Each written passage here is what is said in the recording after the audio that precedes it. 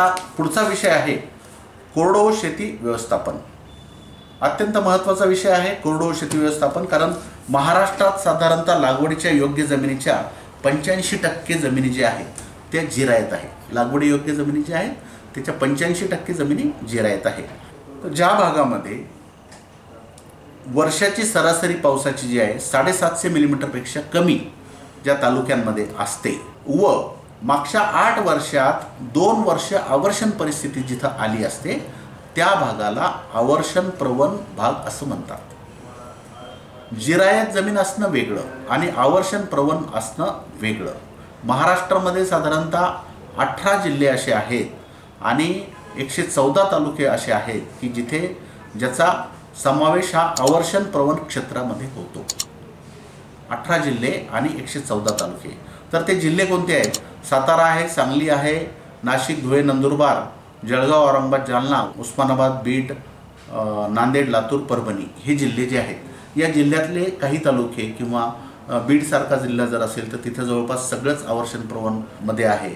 आता सातारा जर आपण घेतला तर महाबळेश्वरकडचा भाग जो आहे हा अतिशय पाण्याचा आहे, पण तुम्ही पूर्वेकडे जर आलात तर तो पूर्ण आवर्षण प्रवण भागामध्ये तो बोलला जातो। तर असे 18 जिल्हे आणि याते 114 तालुके जे आहेत हे आवर्षण प्रवणमध्ये येतात। आता यासाठी आपण आता बघा कोरडवाहू शेती जी आहे, कोरडवाहू शेती करताना आपण काय गोष्टी महत्त्वाच्या आहेत? तर सगळ्यात पहिली गोष्ट जर आपण पाहिली ती जमिनीचं सपाटीकरण। मी यापूर्वी सांगितलं की जर स्लोप जमिनीला असेल किंवा उताराच्या जमिनी जर असतील तर जमिनीची धूप जास्त होते, जमिनीत पाणी मुरत नाही। या उलट जमिनी जर सपाट असतील तर धूप कमी होते आणि पाणी जे आहे पावसाचं पाणी हे जमिनीत मुरायला मदत होते। पिकाची वाढ अशा जमिनीमध्ये चांगली होते आणि ओलावा टिकून राहतो। त्यामुळे ज्या ठिकाणी उतारपाठाच्या जमिनी आहेत, कोरडवाहू शेती जिथे आहेत अशा ठिकाणी आपण सपाटीकरण केलं तर त्याचा खूप चांगला फायदा होऊ शकतो। दुसरी गोष्ट म्हणजे समपातळीत मशागत व पेर। समपातळीत मशागत आणि पेर केल्यामुळं पाणी मुरतं आणि जमिनीची धूप कमी होते, हे सुद्धा फार महत्त्वाचं आहे। तिसरी गोष्ट म्हणजे जमिनीची बांध बंदिस्ती करणे आणि आंतरबाह्य व्यवस्थापन। उताराला आडवं बांध करणे, चर करणे, धुरे पाणी अडवल्या जाते, म्हणजे बांधबंदी करणे म्हणजे काय? मी पाहिले काही शेतकऱ्यांचे 20 एकराचा 25 एकराचा एकच पट्टा आहे, ते मोठेपणाने सांगतात की आमच्या शेतात एकही धुरा नाही। हे योग्य नाही। पाऊस जास्त पडल्यामुळं तुमच्या तिथे 20-25 एकरात एकही धुरा नसेल तर सगळं पाणी एका बाजूला येईल, त्याच्यामध्ये जमिनीची धूप होईल, वरचा सुपरफिशियल लेअर जो आहे मातीचे कण जे सुपीकता आहे ती वाहून दुसऱ्याच्या शेतात चालल्या जातील। त्यामुळं जिथं गरज आहे उताराला आडवे बांध करणं गरजेचं आहे। जिथं पाणी जास्त पडतोय किंवा पाणी साचतंय तिथं चर काढणं महत्त्वाचं आहे। काही ठिकाणी आपल्याला सुभाबळीचं बॅरियर्स ज्याला आपण म्हणतो असं करणं गरजेचं आहे। त्यामुळे जमिनीची बांधबंदिस्ती करणं आणि आंतरबाह्य व्यवस्थापन करणं हे फार महत्त्वाचा विषय आहे। त्यानंतर जमिनीच्या खोलीनुसार पीक नियोजन। जमिनीची खोली, जमीन तुमची किती खोल आहे याचे काही पॅरामीटर्स दिले। 7.5 सेंटीमीटर खोल फक्त, 7.5 ते 22.5 सेंटीमीटर खोल, 22.5 ते 45 सेंटीमीटर खोल, 45 ते 60 सेंटीमीटर म्हणजे 1.5 ते 2 फूट खोल असेल आणि 2 फुटापेक्षा जास्त खोल जमीन जर असेल तर आपण पिकंसुद्धा त्या जमिनीनुसार आपण घेणं गरजेचं आहे। साधारणतः 7.5 सेंटीमीटरपर्यंत म्हणजे फारच कमी खोल जमिनी जर असेल तर तिथं कोणतं पीक येणार नाही। तिथं तर फक्त तुम्ही गवत घेऊ शकता, साऱ्याचं गवत घेऊ शकता, वनशेती करू शकता। वनशेती करू शकता तुम्ही, जे वनशेतीचे झाडं आहेत ते झाडं झुडपं लावू शकता। कंटूर बंडिंग वगैरे करून त्याला पावसाचं पाणी देऊन त्यांना 1-2-3 वर्ष जगवलं तर ते झाडं जे कमी पाण्यात येणारे झाडं आहेत असे वनशेतीमध्ये घेऊ शकता। किंवा फळबाग, जसं तुमचं सीताफळ आहे त्याला 1 वर्ष तुम्ही जगवलं किंवा फार फार तर दुसरा उन्हाळ्यातून त्याला जर पुढं नेलं तर नंतर त्या झाडाला तुम्हाला पाण्याची गरज नाही, ते त्याचे मुळं आणि त्याचं संरचनाच अशी असते की ते जगून जाते।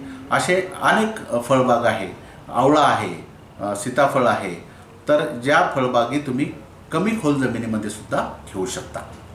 त्यानंतर 7.5 सेंटीमीटरपासून तर 22.5 सेंटीमीटरपर्यंत खोल असलेल्या जमिनीमध्ये आपण वनशेती करू शकतो, फळबाग करू शकतो, गवत घेऊ शकतो आणि याच्यासोबतच जे कमी पाण्यात येणारे पिकं आहेत, हलके पिकं आहेत, हुलगा आहे, मटकी आहे, एरंडी आहे, अशी पिकंसुद्धा या 7.5 सेंटीमीटरपासून 22.5 सेंटीमीटर खोल जमिनीमध्ये घेऊ शकतो. 22.5 ते 45 सेंटीमीटर खोल जमिनीमध्ये आपण अजून पिकं वाढू शकतो. तिथं सूर्यफूल आहे, बाजरी आहे, तूर आहे, कापूस आहे, मटकी आहे, एरंडी आहे, गवार आहे, रबीमध्ये ज्वारी आहे, करडई आहे. हे सगळे पिकं आपण साधारणतः 22.5 ते 45 सेंटीमीटर जमिनीच्या खोल जमिनीमध्ये घेऊ शकतो. 45 ते 60 सेंटीमीटरमध्ये बहुतांश पिकं हे खरीपाचे पिकं हे सांगितले मी, ते सोयाबीन, उडीद, मूग हे सुद्धा पिकं घेऊ शकतो. आणि रबीमध्ये करडी आणि रबी ज्वारी हे पिकंसुद्धा आपण साधारणतः 45 ते 60 सेंटीमीटर खोलीच्या जमिनीमध्ये घेऊ शकतो.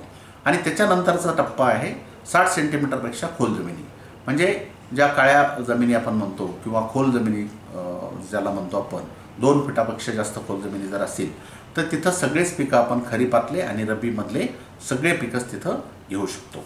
या पद्धतीनं आपली जमीन जर जास्त खोल नसेल तर विनाकारण जास्त वेगळे पिकं घेऊन तिथं आपण नुकसान करून घेतल्यापेक्षा तिथं जे शिफारसीत पिकं आहे ते जर घेतले तर त्याच्यापासून आपल्याला तिथं 2 पैसे मिळू शकतात. याच्यानंतर कोरडवाहू शेती व्यवस्थापनामध्ये आंतरपीक पद्धतसुद्धा एक फार महत्त्वाची आहे. आंतरपीक पद्धत म्हणजे काय? तुम्ही तूर सोयाबीन पेरताय म्हणजे आंतरपीक झालं. तुम्ही कापूस मूग पेरताय म्हणजे आंतरपीक झालं. तुम्ही बाजरी तूर पेरताय आंतरपीक झालं. मका तूर पेरताय आंतरपीक झालं. करडी ज्वारी पेरताय आंतरपीक झालं. म्हणजे मुख्य पीक जे आहे त्याच्या संख्येमध्ये बदल न करता किंवा त्याची संख्या कमी न करता अशा पद्धतीनं पेरणी करा किंवा असं पीक निवडा आंतरपिकामध्ये की त्या दोघांची एकमेकासोबत स्पर्धा व्हायला नको. त्याचा परिपक्वतेचा कालावधी वेगळा असावा, त्याच्या वाढीच्या अवस्था वेगळ्या असाव्या, त्यांना अन्नद्रव्याची गरज वेगवेगळी असावी. अशा पद्धतीनं आंतरपीक घेऊन कोरडवाहू जमिनीमध्ये आपण चांगलं व्यवस्थापन करू शकतो. याच्यामध्ये वेगवेगळे पिकं घेताना त्याचा आपल्याला कालावधी, पाण्याची गरज या सगळ्या गोष्टीचा विचार जर केला तर निश्चितच आपल्याला जे मुख्य पीक आहे त्याची झाडाची संख्या, जसं आता तूर सोयाबीन आहे किंवा तूर उडीद आहे किंवा तूर मूग आहे, तर तुम्हाला तुरीची संख्या कमी न करता तुम्ही आंतरपीक तिथं हे सगळं घेऊ शकता. कारण त्याच्या 2 ओळीमध्ये अंतर आपण जास्त ठेवणार आहे तर निश्चितच तिथं घेणं हरकत नाही. किंवा कापूस आहे, कापसामध्ये मूग पेरतात बरेच शेतकरी, उडीद पेरतात, तर तुम्ही तिथे आंतरपीक तिथं घेऊ शकता. कारण 2 ओळीतलं अंतर जास्त असते. मूग लवकर निघून जातो, त्याचंच परत खत होऊ शकतं. कापूस तुमचा हळूहळू वाढतो, त्याला त्याचा डिस्टर्ब होत नाही. मॅच्युरिटी पिरियड वेगळा आहे, पाण्याची गरज वेगळी आहे. या पद्धतीनं आंतरपिकं जे जे शक्य असतील ते आपण कोरडवाहू व्यवस्थापनामध्ये घेऊ शकतो. त्यानंतर दुबार पीक पद्धत. खरीपात लवकर येणारी पिकं जर घेतली आपण, खरीपात लवकर येणारी पिकं कोणती आहेत? मूग आहे, उडीद आहे, चवळी आहे. असे पिकं जर घेतले तर रब्बीमध्ये सप्टेंबरच्या पावसाच्या ओलीवर आपण हरभरा पेरू शकतो, करडई पेरू शकतो, रबी ज्वारी पेरू शकतो. या पिकांचा अवलंब केला तर दुबार पीकसुद्धा आपण कोरडवाहू जमीनमध्ये घेऊ शकतो. पिकांच्या फेरफाराला खूप महत्त्व आहे. खरीपात एकच पीक, म्हणजे बऱ्याच भागात मी पाहिलं सोयाबीन जे चालू आहे, मागचे 15-20 वर्ष झाले सोयाबीनवर सोयाबीन, सोयाबीनवर सोयाबीन. सोयाबीन हे लेग्युमिनस पीक आहे, त्याच्या मुळावर गाठी आहे. तिथे आपण सिरियसचा फेरपालट करणं गरजेचं आहे. कधीतरी मका घ्या, ज्वारी घ्या किंवा बाजरी घ्या, नाही हे पिकं घेणं झाले तूर घ्या. असा फेरपालट जर केला, कमी वाढ होणारे मुळं असलेले पिकं आणि जास्त वाढ खोल मुळं जाणारे पिकं, असा पिकाचा फेरपालट केला तर जमिनीची सुपीकता वाढायला किंवा किमान कायम राहायला मदत होईल. त्यामुळं पिकाचा फेरपालट हा अत्यंत महत्त्वाचा विषय. सुधारित पीक व्यवस्थापन, यामध्ये आवर्षणाची तीव्रता कमी करण्यासाठी पेरणीची योग्य वेळ, पेरणीतील अंतर, सुधारित जातींचा वापर, बीज प्रक्रिया, हेक्टरी रोपांची संख्या, खताचा वापर, आंतरमशागत इत्यादी बाबींचा समावेश होतो.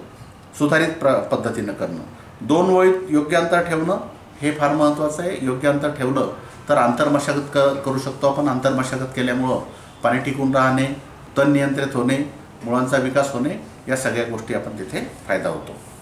त्यानंतर खतांचा वापर. आता आवर्षण प्रवण भागातील जमिनीत पावसाचे पाणी मुरण्याची क्षमता कमी असते. त्यामुळं पाऊस जिरवणीचा पडल्यास पाणी चांगले खोलवर मुरते, नाहीतर बरेचसे पाणी वाहून जाते. शेणखत, कंपोस्ट खत, हिरवळीच्या खतांचा वापर केल्यास जमिनीत पाणी मुरण्याची क्षमता वाढते, जलधारणा शक्ती वाढते. या भागामध्ये जे आहे आवर्षण प्रवण भागामध्ये पाणी कमी मुरतं. पाऊस पडला की पाणी वाहून जातं, जमिनीची धुपही करते आणि ते जमिनीत मुरतही नाही, जमिनी कडक झालेल्या असतात.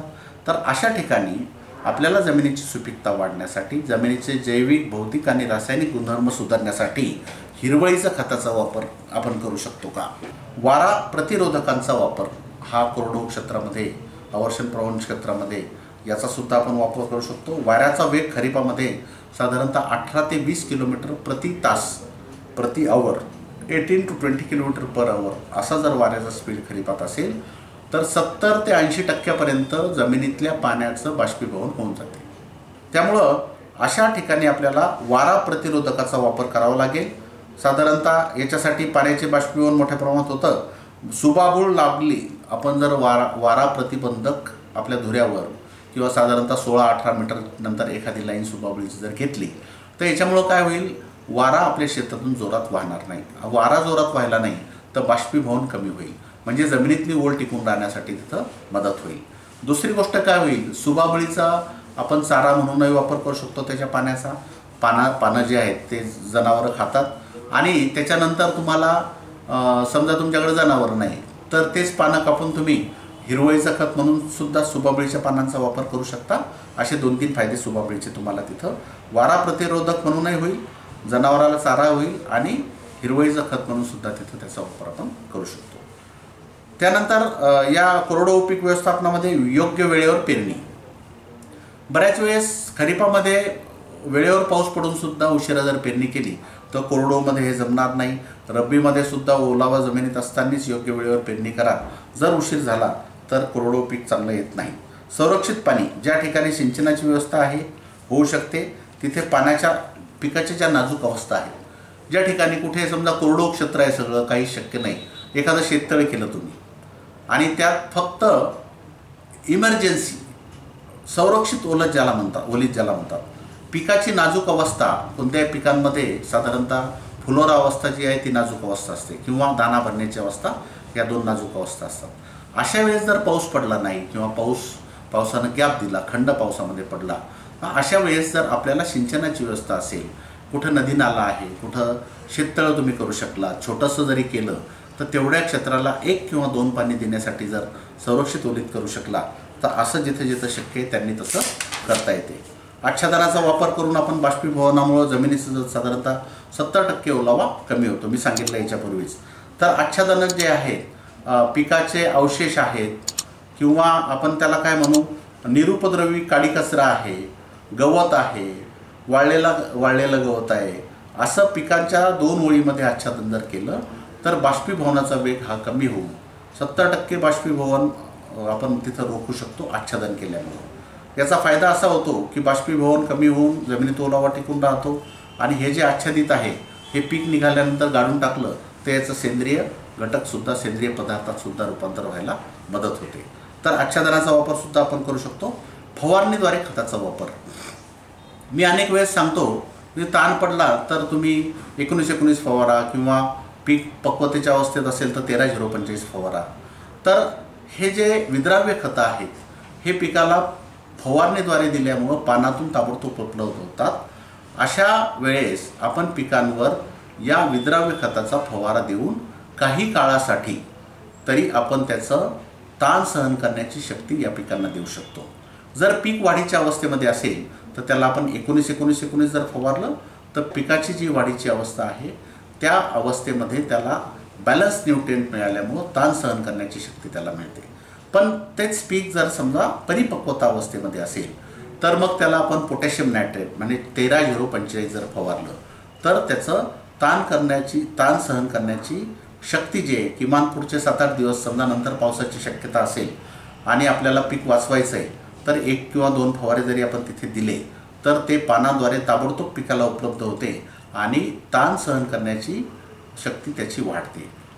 परावर्तकाचा वापर, सूर्याच्या उष्णतेमुळे पिकातील पाण्याचे बाष्पीभवन कमी करण्यासाठी केओलिन, पांढरा रंग किंवा खडू याचा 8% फवारा जर दिला तर जे बाष्पीभवन होतं सूर्यप्रकाश तीव्र असल्यामुळं, तर या केओलिनचा किंवा पांढऱ्या रंगाचा किंवा खडूचा जर बुट्टी जर आपण फवारली तर परावर्तक म्हणून ते काम करतं आणि बाष्पीभवनाला थांबवतो, पण याला पूर्ण माहिती घेतल्याशिवाय याचा वापर करू नका.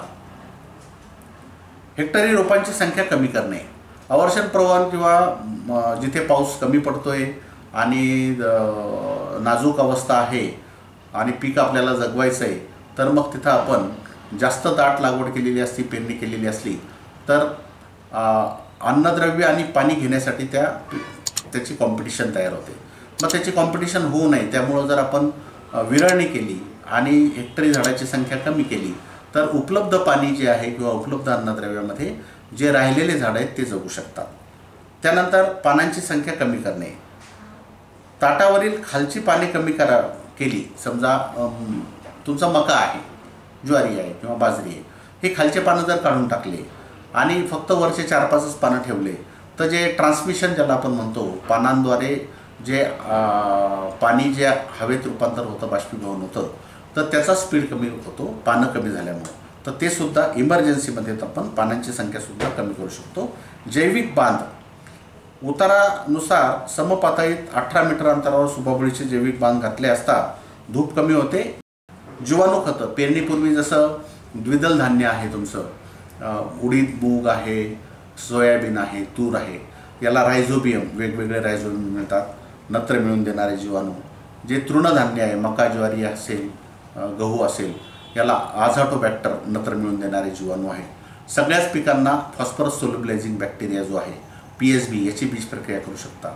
KMB, पोटॅश मोबिलायझिंग बॅक्टेरिया, याची बीज प्रक्रिया करू शकता. किंवा एवढं सगळं करू शकले नाही तर थोड्याशा शेणखतामध्ये हे मिसळून पेरणीच्या वेळेस जर आपण खतामध्ये टाकून दिलं तरीसुद्धा त्याचा आपल्याला फायदा होऊ शकतो. तर मंडळी, हे आहेत सगळे आपले कोरडवाहू शेती व्यवस्थापनातील महत्त्वाच्या बाबी.